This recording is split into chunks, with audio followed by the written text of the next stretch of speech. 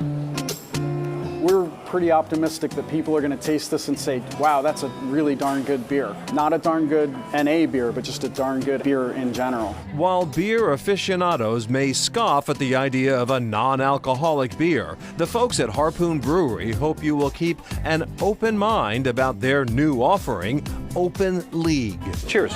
Cheers. Jamie Shear joined us at the bar when Chronicle visited Harpoon's tap room in Boston's Seaport District.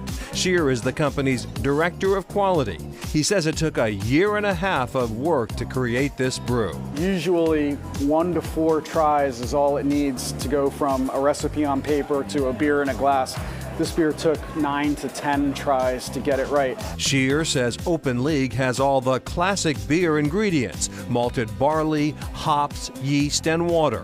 But the recipe is designed for maximum flavor and minimal alcohol. At the end, we add a little bit of water to bring the alcohol content down under 1/2%, which is the definition of non-alcoholic beer. When you pour it into a glass, you'll see that it's a little bit hazy. This is a very hop-forward beer. It's fairly light-bodied, fairly easy drinking, and then it has beautiful citrusy and tropical fruit and pineapple aromas and flavors.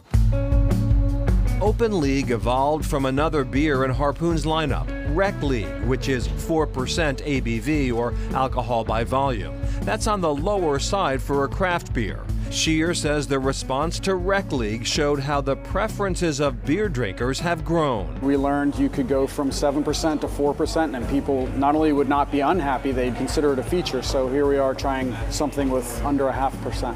What has changed, do you think, or what has evolved that has created a demand for a non-alcoholic beer? I think part of it comes from people who just really want to be careful about their alcohol consumption in general. Cheers. Cheers.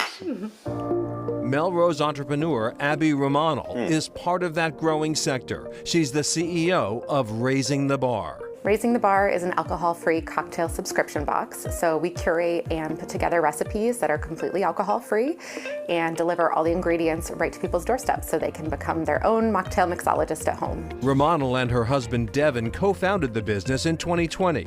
They showed us how some of their signature recipes come together in their kitchen. 1.5 ounces of Wilderton Spirit, 1/2 ounce of delicious peach marmalade, freshly squeezed lemon juice. Finally, you're going to want to put Worcester bitters. Then we have this Avec ginger mixer. A little bit of a stir. Romanel says there's an art to making a zero-proof cocktail. You want something that feels adult, not something that feels like you grabbed something from the kiddie table. From a taste perspective, you want it to be complex and mature. You don't want it to be too sweet. You don't want it to be something that you would just glug down. The monthly mixology kits take inspiration from the seasons. Bright, fruity flavors for spring and summer, spicy, warm notes for fall and winter.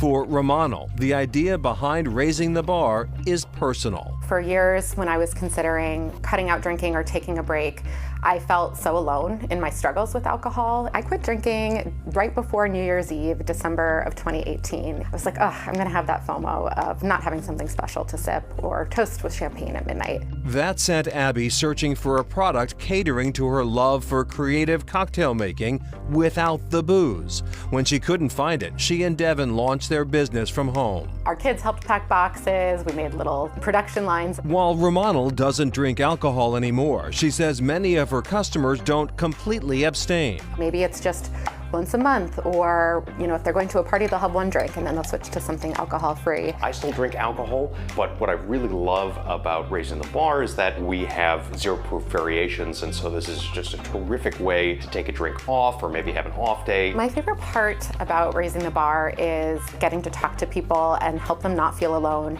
And then by curating these kits, providing them a really fun celebratory tool to make their journey a little bit more enjoyable.